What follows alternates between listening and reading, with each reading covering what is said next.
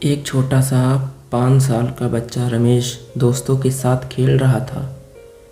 खेलते खेलते रमेश विरोधी दल पर भारी पड़ रहा था। तभी अचानक दोनों दल में कहासुनी हो गई। दूसरे दल का एक बड़ा लड़का रमेश से लड़ने लगा और काफ़ी समय झगड़ा चलने के बाद बड़ा लड़का कहता है, नौकर है, नौकर की तरह रह।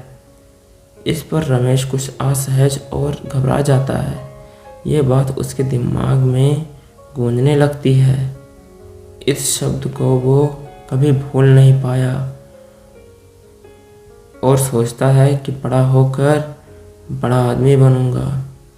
जब वो बड़ा हुआ तो उसने एक खुद की छोटी सी कंपनी खोली और उसके नीचे बहुत सारे लोग काम करने लगे।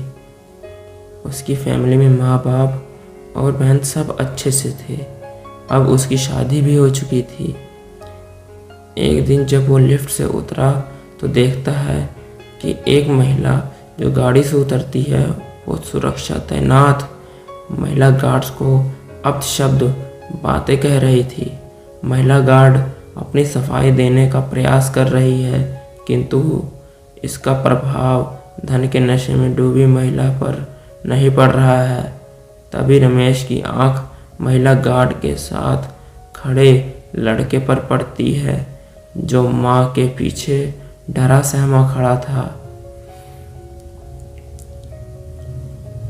उस लड़के को देखकर बचपन की याद आ जाती है जब वो खेल खेल में किसी ने कहा था, नौकर का लड़का है, नौकर बनकर रह।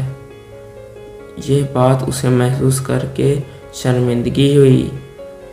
जो महिला गार्ड से झगड़ रही थी वो महिला और कोई नहीं, रमेश की बीवी ही थी। वो अपनी बीवी को वहाँ से ले जाकर समझाता है और समझाता हुए अपनी बातें बताता है और कहता है, धन के नशे में कभी भी किसी के सामने ऐसा मत करना। तोहफे में अपनी बीवी को कुछ देता है, कहता है जाकर ये महिला गार्ड को दे दो और उससे क्षमा मांग लो। तो उसकी बीवी ऐसे ही करती है और उसको भी शर्मिंदगी महसूस होती है। यह देखकर वो बहुत प्रसन्न होता है तो सोचता है कि आज मेरे मन की भावना को थोड़ी सी शांति मिली है।